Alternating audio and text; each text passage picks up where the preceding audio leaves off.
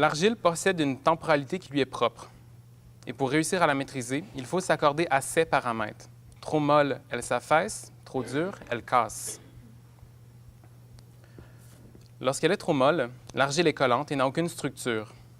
Dans le cas contraire, lorsqu'elle est trop ferme, l'argile perd toute sa souplesse.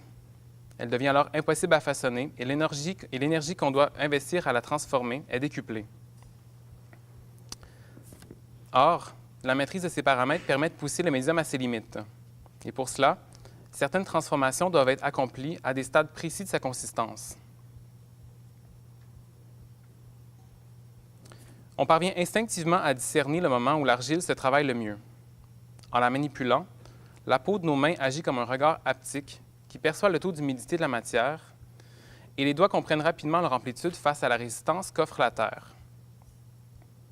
Les transformations de l'argile doivent se faire dans les limites de ce que la consistance du médium permet. Ces propriétés physiques donnent l'impression à l'argile d'être incarnée d'une volonté singulière à laquelle le céramiste doit s'accorder. Lorsqu'on travaille l'argile, il faut la sentir et comprendre ce qu'elle communique. La relation qui s'établit entre le céramiste et l'argile s'apparente à un dialogue par lequel l'artiste et son médium entretiennent un échange d'informations continu. Le céramiste indique à l'argile comment se tenir et l'argile suggère la façon ou le moment où elle sera prête à se tenir. Cette dynamique est similaire à la manipulation d'un écran tactile où un dialogue s'établit entre nos doigts et l'écran. Entre ce que l'on voulait taper, ce qui a réellement été tapé, les corrections proposées par les algorithmes et le contenu adapté, on comprend que la relation entre un utilisateur et son interface tactile n'est pas qu'une simple dynamique d'action et de réaction, mais quelque chose de beaucoup plus complexe qui se construit au fil des interactions.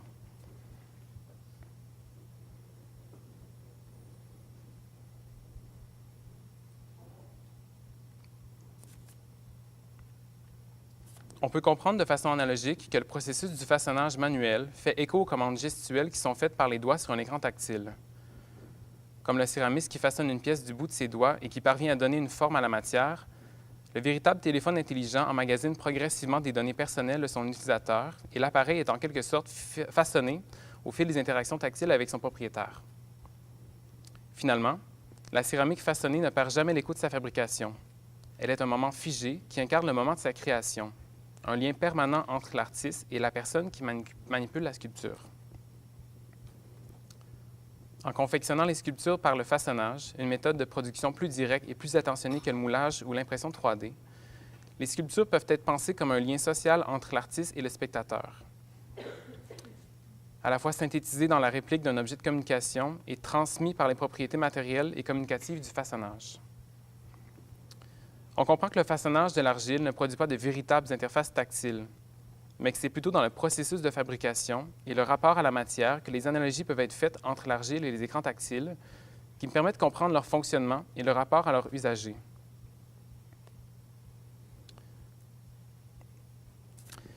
Le concept du skiomorphe permet aussi d'élargir notre compréhension des interfaces tactiles. Remontant à plusieurs millénaires, le skiomorphe est une technique de design industriel dont on retrouve les traces sur les poteries d'un peu partout à travers la planète. Cette technique consiste à reproduire l'apparence ou la texture d'un matériau connu sur le prototype d'une nouvelle version de cet objet. Sur la surface de poterie, une texture de tissage en rotin est embossée ou reproduite dans l'argile afin de donner l'apparence d'une fibre naturelle au contenant d'argile.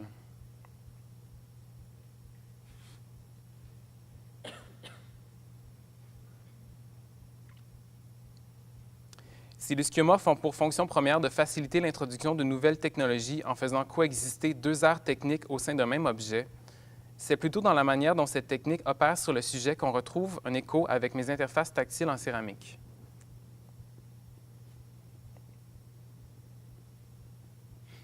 En imitant l'aspect familier d'un prototype sur la nouvelle version, le skiomorphe parvient à invoquer les images mentales associées à l'objet initial et ainsi à transférer sur le nouvel objet les valeurs positives qui lui étaient reconnues. Les skiomorphes sont des métaphores matérielles et visuelles qui opèrent par l'imitation de formes, de textures ou de couleurs pour situer le prototype dans un champ de référents et de notions préexistants. Ainsi, la technique du skiomorphe permet par l'imitation ou la simulation de caractéristiques physiques ou visuelles d'influer sur la perception de la réalité matérielle, en opérant un glissement de la tangibilité des objets vers leur propre image, auxquelles sont associés symboles et croyances.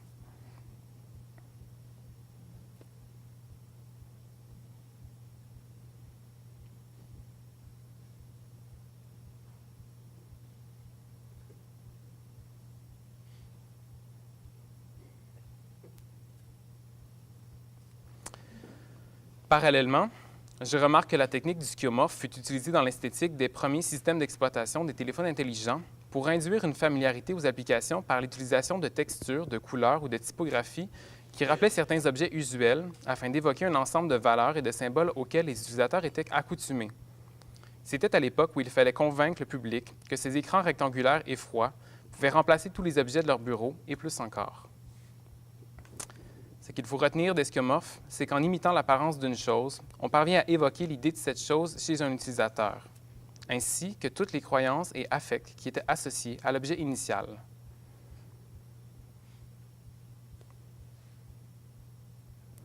Pour le philosophe Stéphane Vial, une révolution ontophonique est en train de bouleverser l'idée même que nous faisons de ce qui est réel. Au fil des révolutions techniques, ce n'est pas seulement l'objet de la perception qui change, mais bien l'acte de percevoir même qui modifie la façon dont nous percevons notre environnement. Dans cette optique, les sculptures de céramique se présentent comme des instruments de perception qui permettent de révéler les impacts que cette révolution technique sur les sens du spectateur. À la façon du skeuomorphe qui rend possible la transmission d'une ère technique à une autre en faisant coexister un régime d'idées et de valeurs connus au sein d'un même objet, les sculptures de céramique que je fabrique semblent fonctionner comme des interfaces où la virtualité de l'écran tactile se manifeste par l'entremise des sensations haptiques du sujet.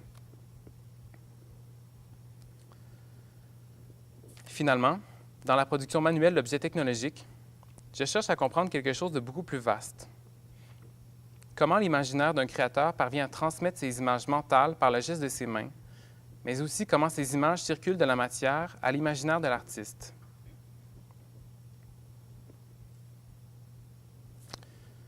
Dans son cours intitulé « Imagination et invention », le philosophe des sciences Gilbert Simondon tente d'expliquer comment les humains anticipent, intègrent, symbolisent et inventent leur environnement immédiat par l'entremise d'images.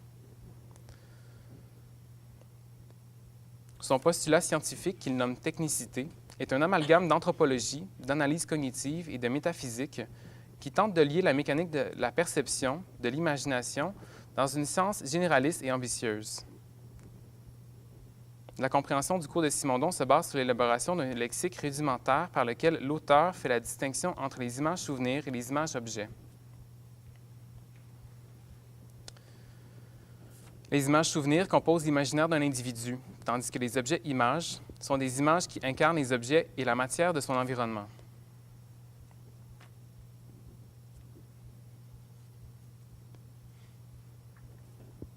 Accumulé par le biais d'interactions avec le monde réel, le sujet acquiert un nombre infini d'images souvenirs qui se logent dans son esprit et constituent son imaginaire, avant d'être synthétisés puis recyclés dans une causalité circulaire qui va du mental au réel, puis du réel au mental, dans un processus de perception et d'invention de son environnement.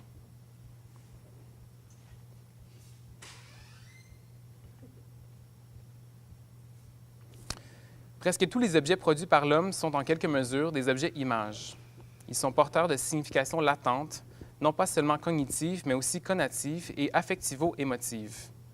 Les objets images sont presque des organismes, ou tout au moins des germes, capables de revivre et de se développer dans le sujet. À travers les échanges, ils se multiplient, se propagent et se reproduisent.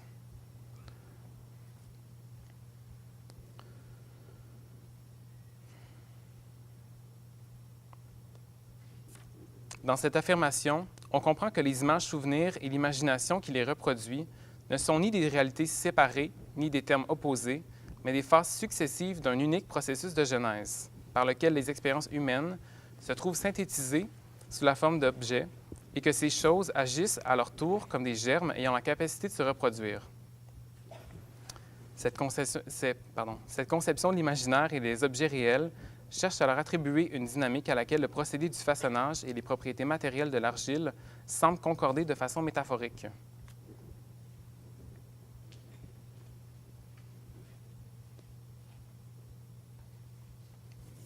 En reconnaissant l'influence que la consistance du médium a sur l'amplitude des gestes du céramique, on admet de façon coïncidente que ce dernier synthétise l'information reçue par l'argile et lui retransmet par l'entremise de ses mains.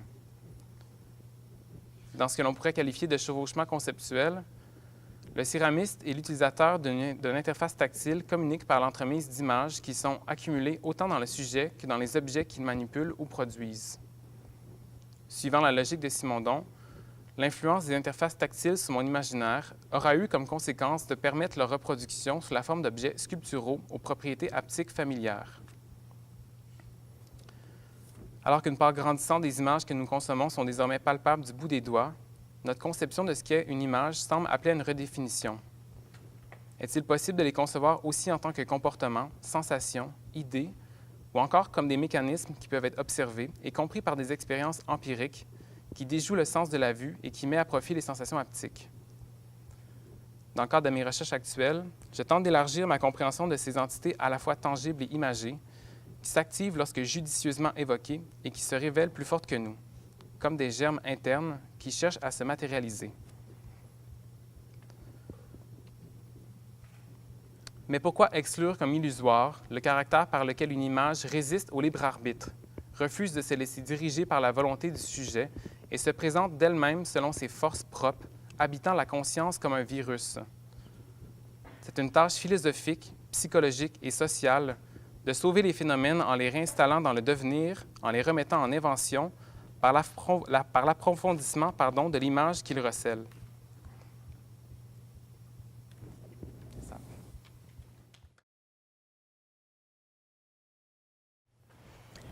Avec le trait avancé, reculé, tourné, détourné, contourné, dévié, croisé, resserré, implosé, pause. Stopper le geste. Freiner la machine à produire du trait. Mettre en veille une mécanique gestuelle qui opère en boucle, sans s'accorder la moindre pause depuis trop longtemps. Respirer. Poser son regard sur cette main qui, sans arrêt, trace. Se demander ceci, qu'est-ce qui ébranle le geste? Qu'est-ce qui pousse la main à avancer? Qu'est-ce qui pousse la main à avancer? Qu'est-ce qui régit son mouvement? Observez cela. De l'intérieur, dans une posture d'observateur-créateur, regardez le travail en train de se faire. Prendre conscience de chaque geste posé. Avec rigueur, observez les moindres dérives du trait, les moindres mouvements liés à la pensée liée. Notez tout.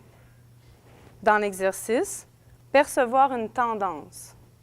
Le trait semble s'acharner, pour une raison inconnue, à se replier, se nouer, puis à se resserrer sur lui-même. Et percevoir là une impasse, une nécessité d'ébranler le geste, devenu trop prévisible, une nécessité de lui opposer une résistance. Ainsi, s'exercer. S'exercer à ne plus nouer, s'exercer à ne plus boucler, à ne plus resserrer le trait, à le laisser aller plutôt, à le laisser envahir l'espace, à le laisser déborder même. Pour ce faire, cadrer l'activité, se référer à un modèle pour dessiner, se brancher à une réalité externe pour tracer. La nature sauvage de l'île Carillon, vue de l'intérieur d'une grange abandonnée. Une nature complexe avec ses terres agricoles désertées redevenues sauvages, une terre entourée d'eau à l'accès limité parce que dépourvue de ponts pour y accéder, avec une faune et une flore uniques, en partie protégées, un terrain peu habité, en grande partie abandonné. Cette île abrite une grange en ruine qui, de son intérieur, révèle une nature étonnante. Placée au centre de cette grange, face à la paroi d'un mur écroulé, donnant sur l'extérieur, on y perçoit une nature qui semble surgir de cette ruine. Scène marquante la première fois que je l'ai vue, concours de circonstances, ne tenant qu'à un fil, Oui, la saison, le jour, l'heure. À un moment précis, la nature s'est révélée éblouissante, luxuriante, luminosité tranchant avec l'obscurité du bâtiment, beauté fragile mais aussi démesurée, expérience insaisissable aussitôt vécue, aussitôt disparue. Le choix de ce lieu précis pour travailler découle de cette vision marquante vécue par le détour de l'imprévu, d'une envie de le partager et d'une impossibilité aussi de le faire. Aucun document ne lui rend justice. Expérience de l'ordre de l'événement, comme l'entend Besnier, qui fait fi de la chaîne causale. Expérience échappant à toute logique, donc, expérience inassouvie que depuis ce jour, je cherche à rattraper, peut-être.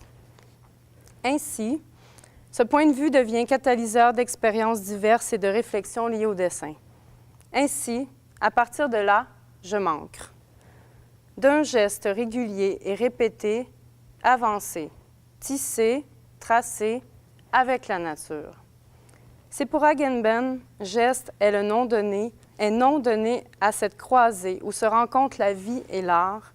Cette synchronisation dessin-nature est donc un geste que je scruterai attentivement. À partir de là, je synchroniserai ma réflexion sur le dessin au rythme de la nature. À partir de là, j'amorcerai la part imprévisible de cette expérience. À partir de là, je me perdrai, peut-être, aussi.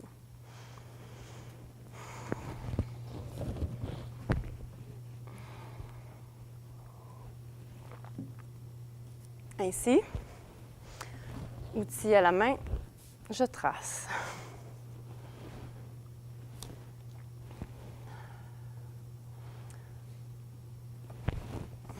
Je limite ce geste à cette image, ce paysage, ce point de vue sur la nature de l'île Carillon. Je me synchronise. Je regarde la scène à répétition, de près, de loin. Je la regarde autant à l'atelier, avec l'image, je la regarde avec la mémoire, que je la regarde en vrai, sur place, en imposant dans l'ouverture des pellicules de plastique sur lesquelles je dessine. Donc, je regarde la scène de gauche à droite, étrangement, en mode lecture, probablement. J'accorde mon trait donc à cette nature. Je suis les parcours, je suis les lignes. Je me promène dans cette complexité. Je me fraye un chemin dans cette complexité. Je m'accroche à des nœuds. J'essaie de ne pas rester pris dans les nœuds, peut-être.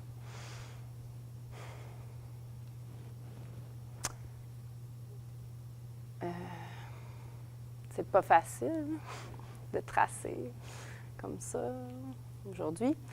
Donc, j'ébranle ainsi le geste. En fait, je ne devais pas dire ça tout de suite. J'ébranle le geste, en fait, ici, en travaillant, en tentant d'en parler devant vous. En fait, je soumets ce geste à une réalité externe, des événements externes. Vous m'ébranlez plus que je pensais. Donc, je soumets le geste à une réalité externe, c'est-à-dire les événements externes, c'est-à-dire le vent à Carillon, le froid, des fois, vous, ici, aujourd'hui, et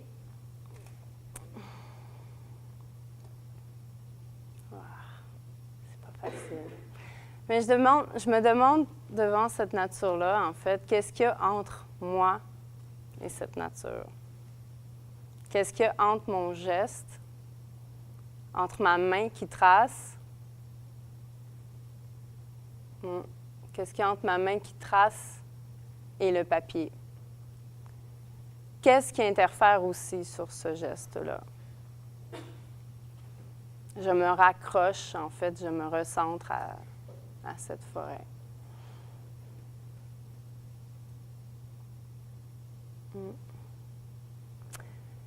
Il y a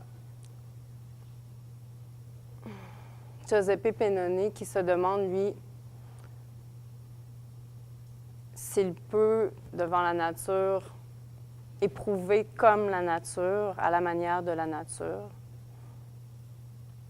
Je me demande un peu ça. Qu'est-ce qu'il y a entre la nature et moi? J'ai quand même inversé à peu près tout ce que je voulais vous dire. Donc, je n'ai pas du tout suivi le bon fil, ce qui est à peu près habituel dans mon cas. Mais bon.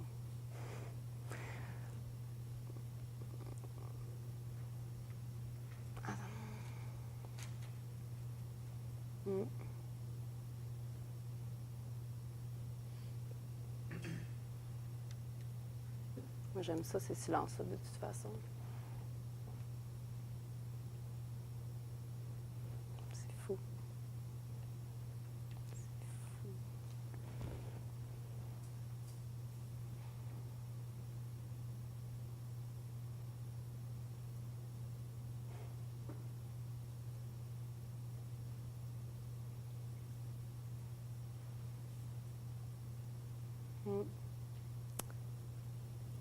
C'est pas vraiment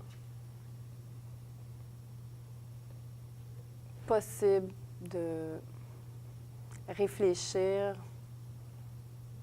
Je me rends compte que c'est pas vraiment possible de réfléchir quand je sais pas combien de personnes te regardent réfléchir. J'ai tout perdu. Je trouve ça quand même assez drôle.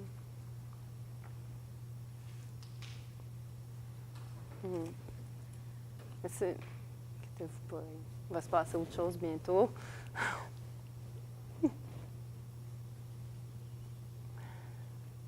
J'ai ma feuille devant moi, là, je pourrais regarder, mais je n'ai pas le droit. Ouais.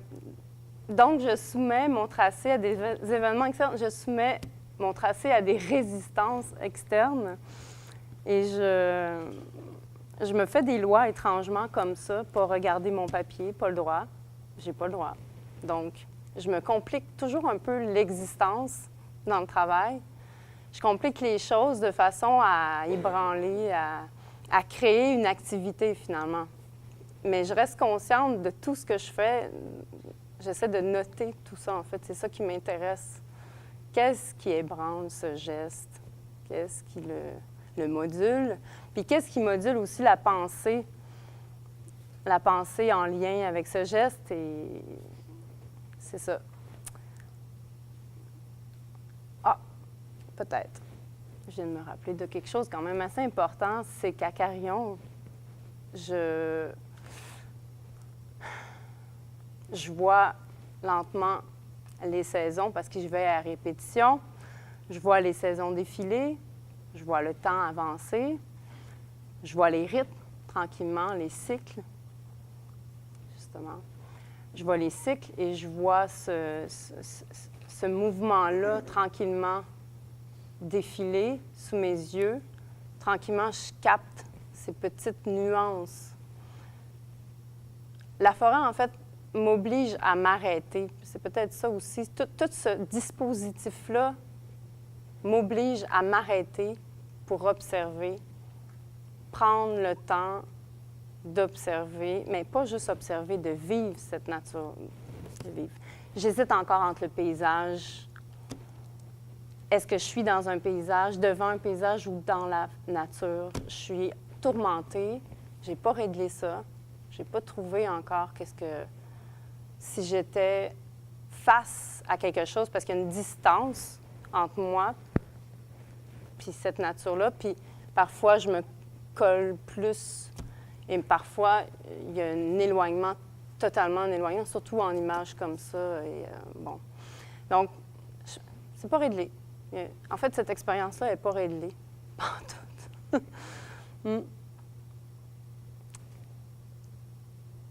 Donc, vous voyez tranquillement. Je vais arrêter de parler un peu. Je vais laisser le paysage parler pour moi.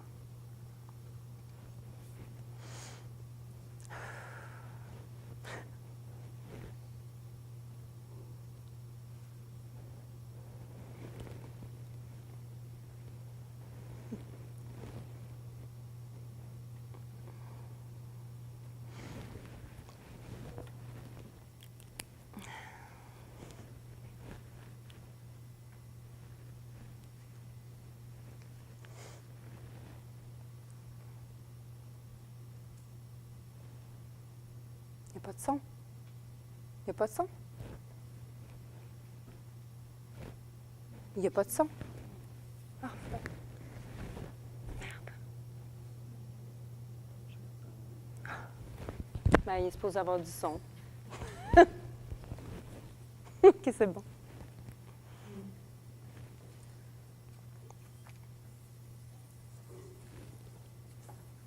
Il est là. Il est arrivé en retard.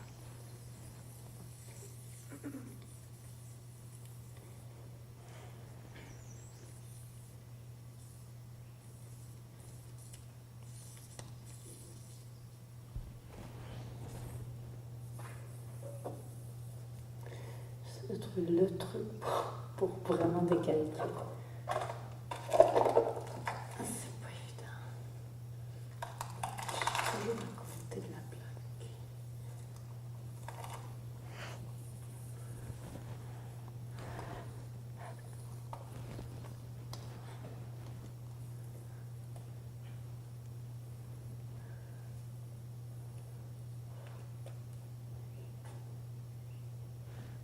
Pas grand-chose.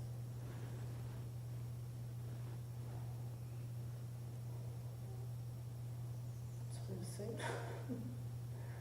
Allez, continue.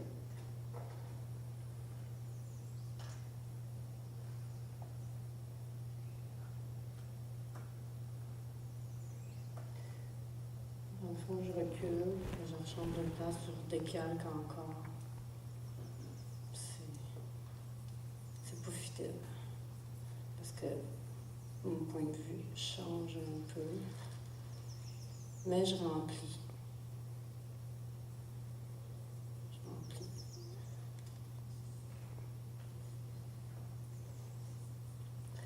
J'aime ça pouvoir juste faire du geste. Vraiment pas essayer de faire ce que c'est, mais je suis le mouvement en fait. C'est vraiment ça. Je me rends compte à quel point c'est ça qui m'intéresse. Les lignes qui vont par aller chercher ce mouvement-là.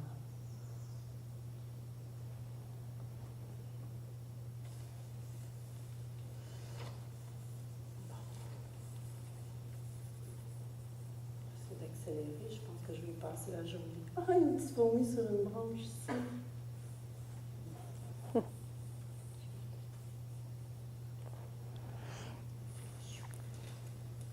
Je pense qu'au milieu, ça va être mieux.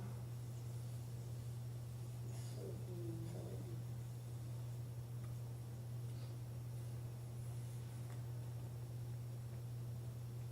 C'est quand même fou, pareil, un bâtiment comme ça, abandonné. Laissez-le.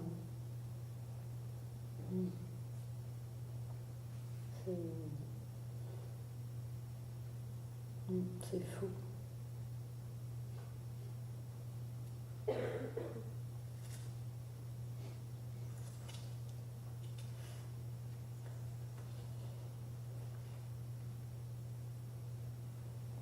Qu'est-ce qu'on dessine en premier? Le fond ou le devant? Je pense que je dessine le devant, le fond, puis le milieu après. Je pense. C'est beau comme ça, regardez ça. Je trouve ça vraiment fait, ça. Mettre rendu là.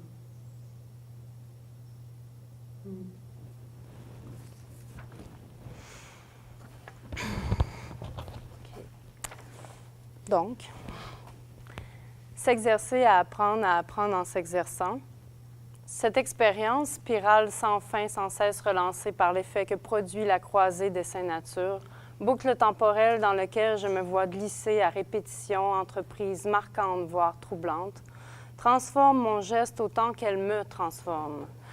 Selon Edgar Morin, la mise en cycle est un processus opératoire dont le cercle est la roue et dont la route est la spirale. Aussi, le retour au commencement, la récidive comme je me plais à la nommer, n'est pas un cercle vicieux si le voyage signifie expérience d'où l'on revient changé. De Carillon, comme une pellicule sensible, j'en sors toujours aussi imprégné que le papier. Et que dire du tracé qui en découle? Sur la surface, il n'y a pas de forêt, pas de paysage représenté, que des gestes cumulés, mémorisés, que des traits étalés, les marques d'une expérience stockée, entassée, un récit imprimé par la main. Enfin, je ne sais pas trop. C'est quoi encore? Pas répondu. La difficulté avec la théorie, c'est qu'on s'en tient au mot. Quand je pratique la céramique, la théorie est intégrée dans mon corps. Je suis incarnée dans mon travail. Mon corps est entièrement imbriqué dans le processus. C'est difficile dans ces moments-là de mettre des mots là-dessus. John Cage disait qu'il voulait avoir moins de lui dans son travail. Plus de ça. Je comprends ça. Des fois, j'ai l'impression que c'est pas moi qui fais ça. Une fois que je déforme, ça m'appartient plus. En fait, je trouve que ça paraît quand je mets trop d'efforts dans mon travail. Ça manque de naturel. C'est pas intéressant. Les pièces sont là à forcer. J'appelle ça une pièce morte. J'ai rien qu'à écouter la terre, la saisir, l'écouter avec mes mains. Des fois, j'ai l'impression que j'ai des yeux au bout de mes doigts. Ils ne sont pas dans ma tête. Puis des fois, j'ai l'impression que je sens avec mes yeux. C'est comme si tous mes sens étaient déplacés dans mon corps. Puis en même temps, tout était complet.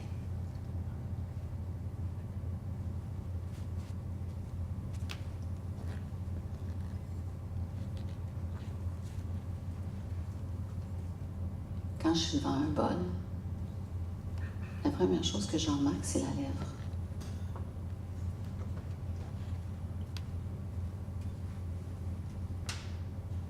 Une lèvre qui est trop épaisse, c'est comme si elle savait pas où se placer. Elle déborde de l'intérieur puis de l'extérieur. Pour moi, la lèvre, c'est la frontière entre le contenant et le contenu. C'est la porte d'entrée. Pour les yeux, pour la bouche.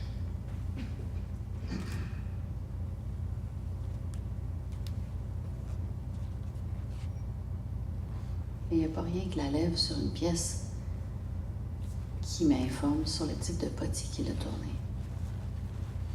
C'est le pied qui en dit le plus long. Quand je tourne une pièce dans mes mains pour la regarder en dessous, je découvre les intentions. Ce qu'on ne veut pas révéler, mais qui se révèle tout seul.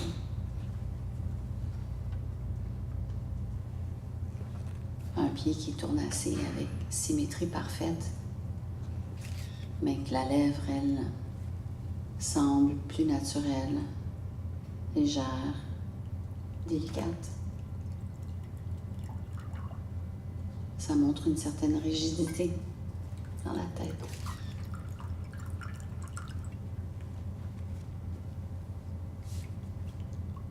La céramique, c'est un miroir mat, dense et opaque.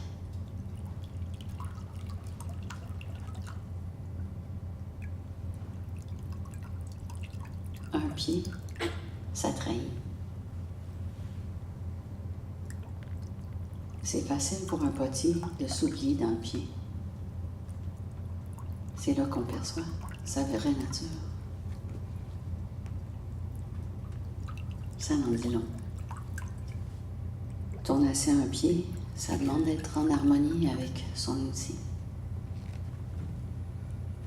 Savoir quand poser la lame, la vitesse du tour, la pression sur la pièce pour pas qu'elle parte.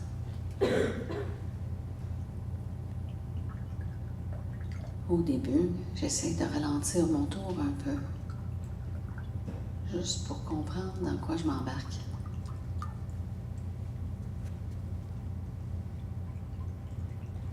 Quand on met un rondeau de plâtre sur une grêle, avec une pièce dessus pour la centrer avant de tournasser, elle est toujours un peu décentrée. Il faut donner des petits coups là où le rondeau dépasse.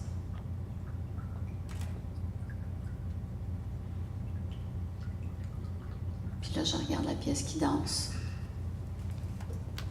Puis je compte. 1, 2, 3. 1, 2, 3. J'ai toujours préféré les rythmes syncopés. 1 et 2 et 3. 1 et 2 et 3. Et.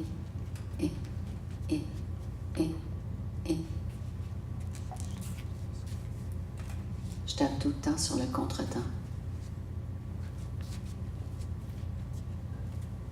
Il me semble que c'est plus facile de compter comme ça. C'est un vrai plaisir quand la pièce se centre en 3 coups. 1 et 2 et 3. Puis là, appareil immobile. Elle tourne sur elle-même, puis je peux commencer à poser la lame sur la pièce pour tailler le pied. C'est une de mes parties préférées.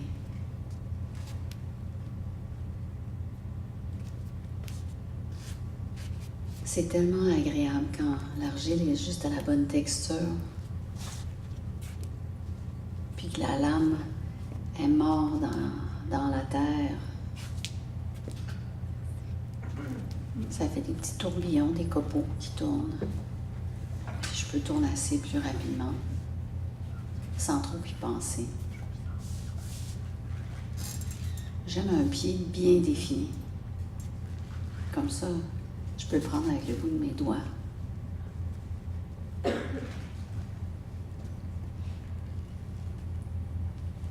C'est difficile de ne pas être hypnotisé par le travail. Récemment, j'ai découvert que le caractère qui décrit le mot zen, ça veut dire la contemplation.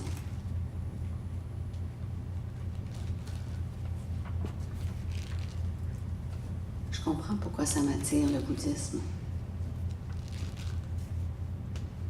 On dirait que le métier de céramiste, c'est un métier qui définit le zen. Que ce soit quand on pétrit, qu'on tourne, qu'on tournasse, qu'on observe une pièce qui est en train de sécher. C'est toutes des opportunités pour contempler.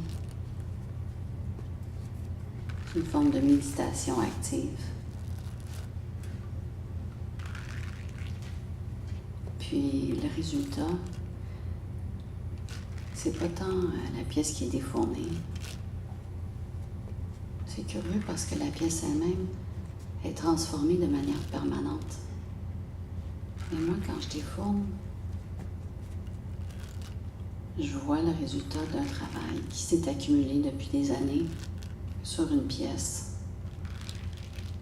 J'ai pas cette impression-là de permanence. C'est plutôt un moment passager, le temps de comprendre la pièce que je viens de tourner, de fabriquer, d'émailler. Je comprends mon expertise ou mon manque d'expertise. Je vois mes maladresses, mon impatience. C'est une porte d'entrée vers moi-même. Ça marque un moment précis, ou plutôt une série de gestes qui ont mené à cette pièce-là.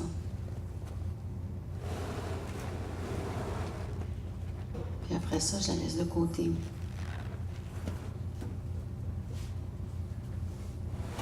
Elle a sa propre vie. C'est plus à moi.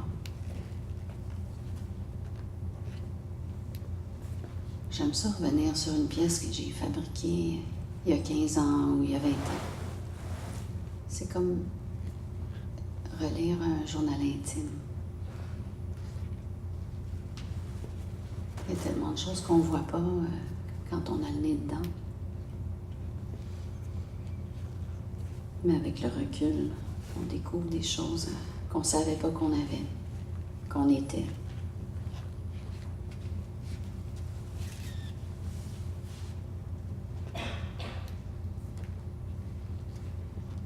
Le défi pour moi, c'est de trouver l'équilibre entre la rigueur, la discipline,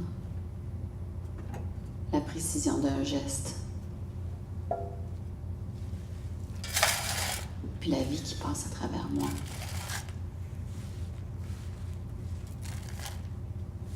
Ça me donne l'impression de naviguer sur des vagues. Je peux pas changer une vague.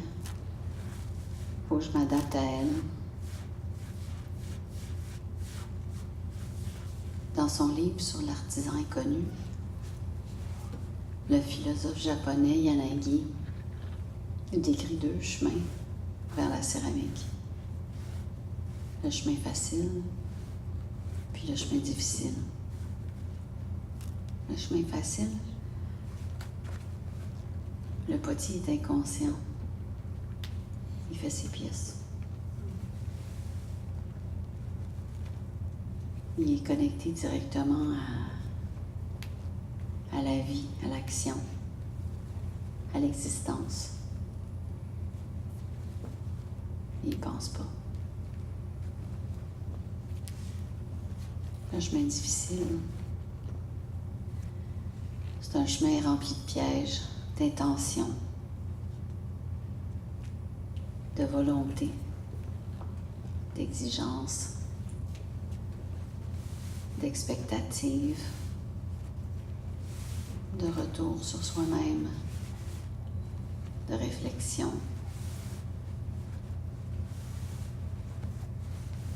C'est celui que j'ai choisi. En fait, je ne sais pas si c'est un choix. Le chemin difficile, c'est la lutte entre mon intention puis le résultat final. Quand est-ce que je lâche prise? Quand est-ce que j'y mets du mien? Quand est-ce que je deviens rigoureuse? Puis quand est-ce que je deviens rigide? Des fois, la ligne est tellement fine que ça me fait penser à la lèvre sur un bol.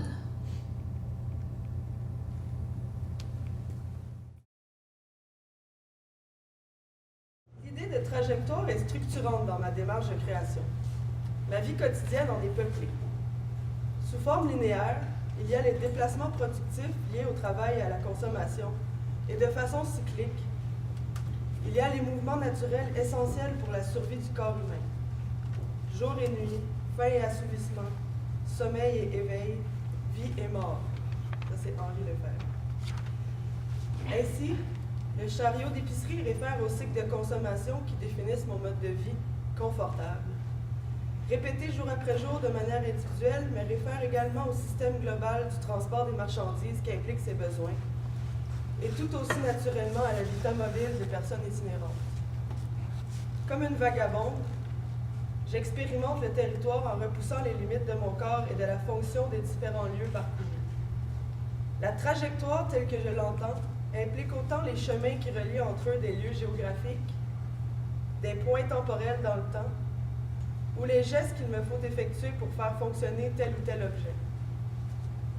Afin d'illustrer la trajectoire, je me suis intéressée à la mythologie. Michel Serres la décrit comme un parcours, connectant entre eux des fragments isolés du monde de manière à produire un discours construit à partir des mythes qui composent une civilisation. Si je prends mon travail de création comme une totalité, je considère que je construis une mythologie du monde qui m'entoure, en prenant comme point de départ des objets spécifiques de ma vie quotidienne, des fragments qui constituent les matières de la parole mythique. Pour reprendre les mots de Roland Barthes, le mythe est une parole en alternance perpétuelle du sens et de la forme. C'est un langage-objet, à la fois vrai et irréel, partant d'un concept historique, il ne cache rien, mais n'affiche rien.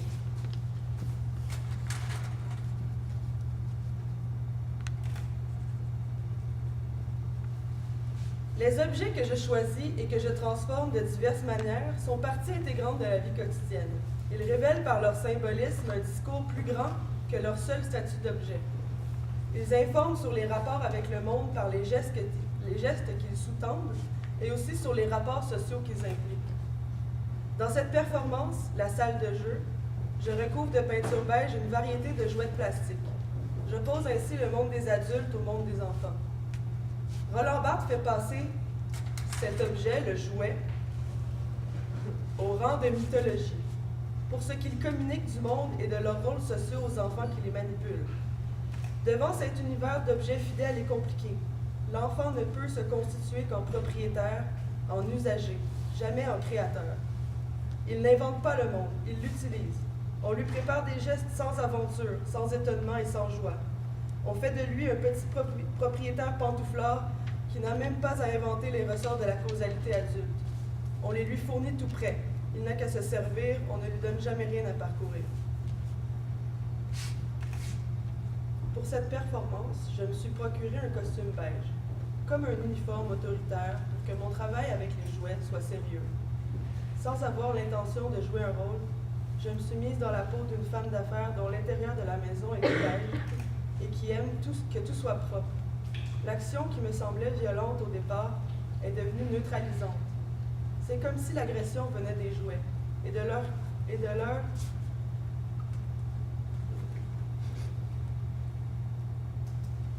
couleur vive. C'est eux qui comportaient finalement une part de violence liée à leurs conditions de fabrication. En transformant la salle de jeu en travail à la chaîne, où la fonction ludique et imaginaire du jouet est renversée en travail répétitif et aliénant, je tisse un lien avec l'énorme industrie du jouet, qui, malgré les nouvelles technologies, continue de préconiser un travail d'ouvrier à la chaîne dans des conditions extrêmes, où les employés sont dépendants de cet emploi pour survivre. Les usines de jouets, Mattel et Disney, qui fabriquent les fameux Barbie, Playmobil et tous les dérivés des films d'animation pour enfants, montrent que l'on se sert très tôt dans la vie des enfants de leur désir de consommateur, sans questionner les façons de faire qui se cachent derrière. Soudainement, plutôt que de m'intéresser aux objets qui sont transportés, je me suis intéressée à leur trajectoire elle-même, dans un effort de saisir le vaste réseau économique capitaliste qui me surplombe. Comme une mythologie de l'objet et de la consommation, le chariot d'épicerie vide est devenu une façon d'expérimenter de façon métaphorique le parcours qu'effectuent les denrées nécessaires à notre survie. Lors de cette performance « Propre sommes-nous » de son titre, où j'emmenais mon univers intime dans l'espace public, la peinture beige qui recouvrait jadis les murs intérieurs de ma maison familiale et plus tard les jouets, recouvre tout à coup le sol sous mes pieds. En s'étendant dans l'environnement de manière accidentelle, il a révélé la dimension politique de mon travail. Le beige est renversé dans sa fonction uniformisante et monotone. Il est le vecteur de transformation de mon rapport au quotidien. C'était le début de ce corpus d'œuvres qui avait comme leitmotiv le costume beige et le panier d'épicerie que j'ai emmené dans différents lieux qui possédaient eux-mêmes leur propre mythologie, faisant la jonction entre différentes couches de présence. J'ai donc poursuivi un cycle de performance dans lequel la marche est devenue centrale. Le fait de marcher sur de longues distances, avec le chariot vide, est improductif et ralentit le rythme du travail et des déplacements auxquels je suis habituée. Ce geste répétitif me permet de modifier ma compréhension du monde, d'expérimenter autrement les trajectoires proposées par les conventions sociales, urbanistiques et géographiques. En déambulant, j'arrive à sentir une connexion avec moi-même et avec ce qui m'entoure. Cette série de performances effectuées à Edmonton s'intitule « Performer la trajectoire ». Elle s'est développée sous la forme d'un parcours. Dans un premier temps, j'ai connecté par la marche le centre-ville à la banlieue, reproduisant les trajectoires quotidiennes des voitures, en me rendant jusqu'au mythique West Edmonton Mall, le plus grand centre d'achat d'Amérique du Nord. Ensuite, je me suis transformée en loup, arpentant les rues du centre-ville en me laissant guider par mon instinct, jouant avec les passants, creusant dans les plates-bandes, explorant le mythe du loup solitaire qui oscille entre l'attraction de la meute et la liberté de l'individu. Afin de libérer l'objet nomade qui m'avait accompagné durant mes trajets, je l'ai compressé dans un compacteur à voiture. J'observais la trajectoire du métal qui se pliait de façon aléatoire et l'effet que ça faisait sur mon corps, au moment où je transformais le symbole de mon oppression que j'ai appris à aimer. J'ai effectué une dernière performance en galerie. Je sciais des morceaux du panier tordu et je les attachais sur un autre panier, celui-là intact. Finalement, le cycle se répétait. À mon grand étonnement, je construisais un panier encore plus grand. Michel Serres compare le mythologue à un tisserand qui travaille à recoudre localement deux mondes séparés.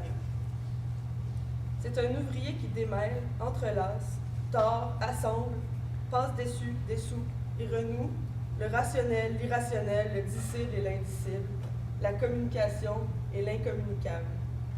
Peut-être suis-je une tisserande de mythologie, tentant de relier l'invisible au tangible, cousant des vêtements dont le tissu est fait d'identité, de territoire et d'objets, qui se tissent et se défont, jamais fixes, je les porte, ils me transforment jusqu'à ce qu'ils craquent sur mon dos.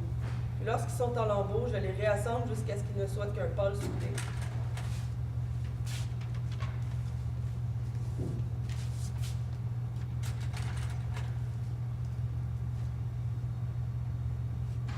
Un sentiment d'incomplétude me poussa à reprendre la structure du cycle de performance à Edmonton et à l'appliquer au contexte de Montréal.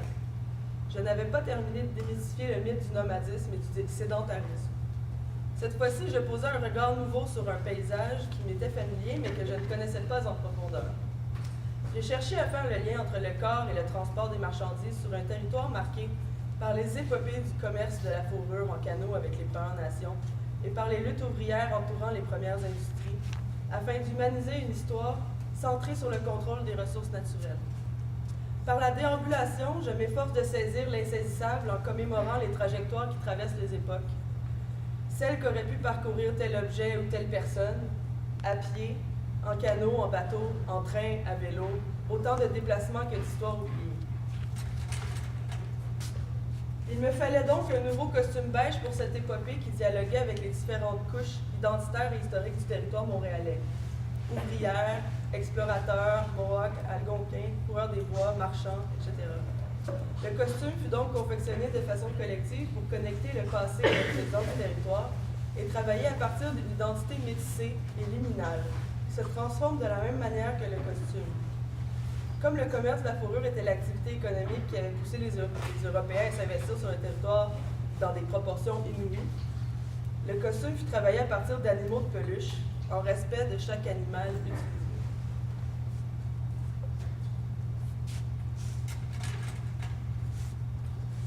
Je ne me sentais pas très à l'aise avec ce costume parce qu'il y avait quelque chose de caricatural.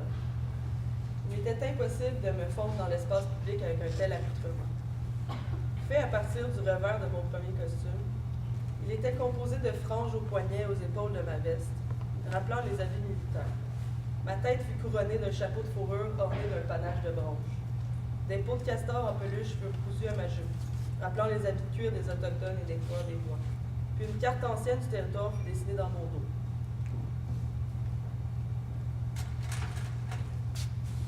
Les actions que j'effectuais prenaient un caractère burlesque, entre le spectaculaire et la vacuité, entre l'humour et le drame.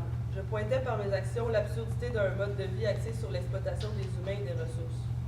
Dans un grand nombre de mythologies, notamment dans les légendes autochtones d'Amérique du Nord, on retrouve la figure du trickster, qui se moque des figures du pouvoir tout en se moquant de lui-même à la fois, parce qu'il fait partie du même système.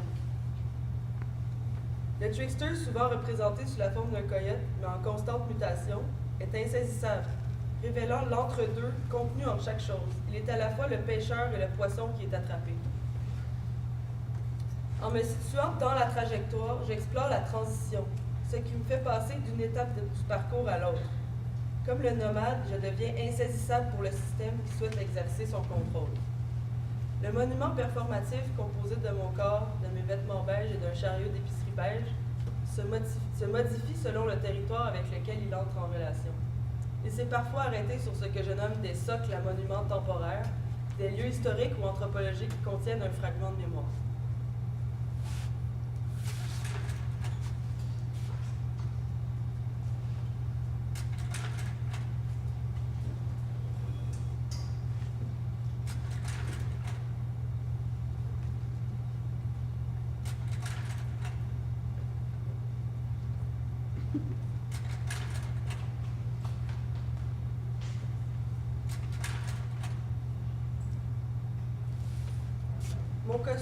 J'ai laissé des parties de mon costume sous la forme de drapeaux à des destinations stratégiques de mon voyage dans l'histoire du territoire montréalais.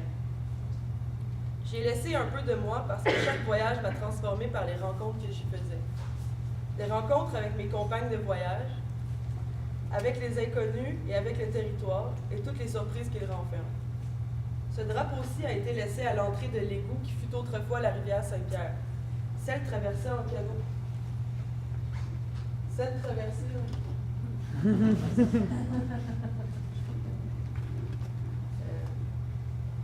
traversée en canot pour contourner les rapides de la Chine.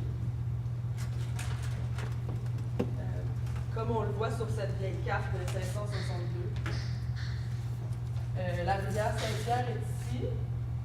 Là, il y avait le canal des Suspiciens parce qu'ils ont essayé souvent de construire différents canals, mais ils n'ont jamais pu vraiment concrétiser avant un bout de temps. Tout ça pour contourner les rapides de la Chine ici. En fait, on pouvait descendre les rapides de la Chine en canot, par exemple, puis remonter par la rivière Saint-Pierre, faire du portage ensuite, et aller vers les territoires dans l'ouest, les Grands Lacs et les États-Unis, tout ça.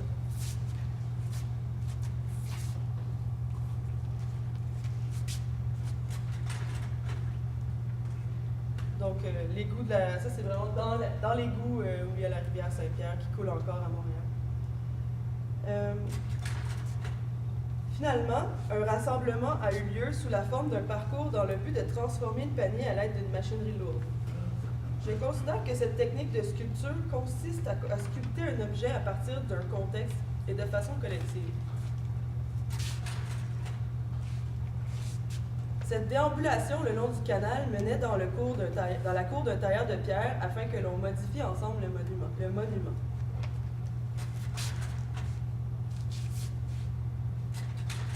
Il fut ensuite érigé sur le socle vide de la statue de Pierre Lemoine d'Iberville, un capitaine de vaisseau et corsaire redouté, explorateur et colonisateur. Pierre Lemoine d'Iberville est considéré comme le plus illustre homme de guerre de la Nouvelle-France. Surnommé le Cid canadien, il est le premier des grands conquérants de cette époque né au Canada. Pour conclure, j'ai pris comme objet d'étude le panier d'épicerie qui fut récurrent dans mes projets les 2 dernières années, sans pour autant être le seul objet que j'utilise. Détrompez-vous. Je vous ai présenté l'épopée du chariot qui se tient devant vous. Là-bas.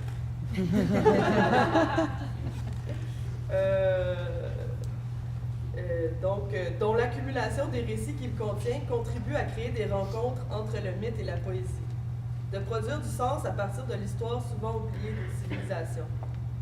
Depuis sa transformation, vous l'avez vu, il se déplace dans un parcours circulaire, ce qui me permet d'explorer le parcours et son incidence sur le corps et la pensée dans une façon cyclique.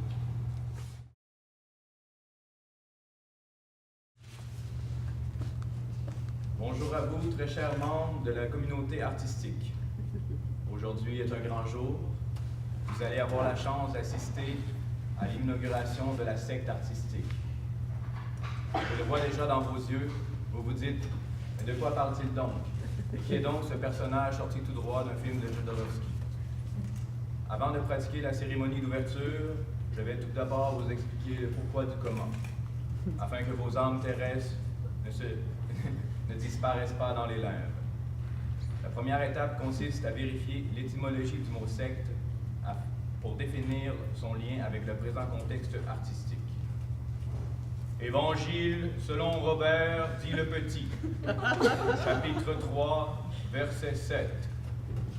Durant l'Antiquité gréco-romaine, le mot latin secta, de sequi, suivre, désignait comme le mot aeresis, choix, un groupe de personnes partageant la même doctrine philosophique ou religieuse. Les premiers chrétiens ont ainsi été considérés comme une secte du judaïsme, la religion dominante de l'époque. La dimension artistique de la secte me permet de faire un parallèle intéressant avec le monde de l'art. Sans vouloir prêcher pour ma paroisse, je crois que la diffusion de l'art est en majeure partie contrôlée par les institutions artistiques, musées, galeries, etc. Au même titre que les premiers chrétiens de l'époque, les premiers artistes qui sont sortis des milieux dédiés à l'art pour explorer l'espace social n'ont pas eu la vie facile. Nous avons pu observer depuis une récupération de plusieurs pratiques hors mur par l'idéologie artistique dominante. Toutefois, je peux vous assurer, ayant moi-même œuvré dans la sphère artistique depuis plus de 7 ans, que les pratiques qui ne sont pas directement soutenues par les institutions artistiques n'obtiennent pas de reconnaissance de la part du système. En regard de ce constat, on pourrait décrire la secte artistique comme un ensemble d'artistes et d'individus partageant la même doctrine philosophique, selon laquelle l'art ne doit pas être accessible uniquement à l'élite intellectuelle de notre société. Voilà pourquoi les activités communales de la secte se dérouleront dans l'espace social afin de diversifier les modes de diffusion de l'art. Évangile selon Biscoe, chapitre 2, verset 4. Il n'existe pas au Québec comme en France de loi pour contrevenir aux dérives sectaires telles que l'escroquerie, la non-assistance aux personnes en danger, l'exercice illégal de la médecine et la maltraitance des enfants. Après le suicide collectif de l'ordre du Temple solaire, les ravages de Moïse Rock-Thériault sur sa communauté et la cicatrice laissée par elle sur le paysage culturel québécois, force est de constater qu'il existe bel et bien un flou social concernant la liberté de culte au Québec. Provenant moi-même d'une famille chrétienne et ayant observé de l'intérieur les rouages de ces lieux de culte avec fascination, je me questionne sur les possibilités que pourrait m'offrir la création d'une secte artistique dans le contexte social actuel. Est-ce que le double volet à la fois artistique et sectaire de ce projet pourra me permettre de repousser les limites éthiques et légales de notre société? En réalité, la secte sera démocratique. Elle ne comptera aucun gourou, sinon autant de gourous qu'elle comptera de membres. Chacune des interventions performatives effectuées dans l'espace public sera préalablement réfléchie en communauté, de façon à ce que tous les membres aient leur mot à dire. La secte artistique évoluera sous la forme d'une petite société où tous les individus souhaitant participer pourront prendre part à des ateliers créatifs visant à confectionner des objets et des costumes de culte. Cette communauté, liée par le geste, sera ensuite amenée à réaliser des actions dans l'espace social montréalais. La ville deviendra alors un immense jeu de société à échelle humaine où l'action artistique communale frappera sans crier gare. Évangile selon Doyon, chapitre 4, verset 1. Je qualifierais de pratique in socius le travail d'implémentation plus ou moins durable d'un projet artistique dans des espaces sociaux, c'est-à-dire au sein même des rapports sociaux. Je m'intéresse particulièrement aux contacts humains engendrés par l'implantation de projets d'art en contexte social. Loin des avant-gardes russes avec leurs mouvements révolutionnaires et leurs envies de mobiliser des foules, les nouvelles pratiques infiltrant la sphère sociale seraient plutôt d'ordre micropolitique. Ce terme est employé par Patrice Loubier pour décrire le changement de stratégie utilisé par les artistes actuels souhaitant s'investir socialement. Sylvie Coton et Massimo Guerrera font partie de ces artistes qui œuvrent dans l'espace social de manière plus intime et locale, en utilisant l'objet pour sa valeur de médiation. Voilà pourquoi j'aimerais ouvrir mon processus créatif afin que les participants puissent vivre et comprendre la force d'attraction provoquée par la puissante charge d'affect des objets créés en atelier. Évangile selon Ardennes, chapitre 1, verset 6. Par intervention, on entendra tout à la fois l'action consistant pour l'artiste à se projeter dans l'espace public, une volonté d'implication et le recours au principe d'une esthétique de l'éruption. D'un même tenant, l'intervention fait de l'artiste un acteur social et un perturbateur. Cette figure d'acteur social fait écho dans ma démarche, puisque depuis le début du décloisonnement de ma pratique, je développe des stratégies artistiques favorisant le partage et le transfert de connaissances. Plusieurs artistes actuels considèrent l'échange, la communauté et la rencontre comme des espaces où ils peuvent intervenir au même titre que les musées, les galeries ou même les parcs. Je vois donc la SEC comme un petit groupe d'acteurs sociaux désirant explorer l'espace public à la recherche de l'inconnu. Je m'intéresse à la portée du geste artistique, aux impacts que l'on peut créer autour de soi, ainsi qu'à l'importance du rôle que peut jouer l'artiste dans la provocation d'un changement social. Évangile selon Moineau, chapitre 6, verset 5. L'anthropologue est un homme de science et, en tant que tel, se situe en dehors de la culture qu'il étudie, attitude que Kosuth qualifie de désengagée. En revanche, l'artiste comme anthropologue opère à l'intérieur de son propre contexte socio-culturel, dans lequel il se trouve totalement immergé. L'artiste comme anthropologue est un artiste que Kosuth qualifie d'engagé. L'approche de Joseph Kosuth se décrivant comme un artiste anthropologue est pour moi fort intéressante.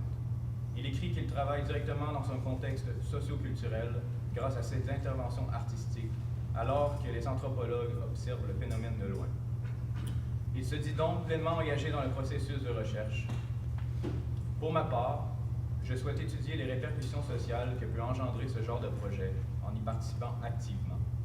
Selon moi, il est beaucoup plus simple d'observer la possibilité d'un changement social à plus petite échelle, une échelle humaine. Voilà pourquoi je compte offrir l'opportunité à toute personne de mon cercle social de pouvoir participer, qu'elle ou il soit artiste ou non. L'endoctrinement théorique est maintenant terminé. La cérémonie d'ouverture peut alors commencer. C'est pas fini, là.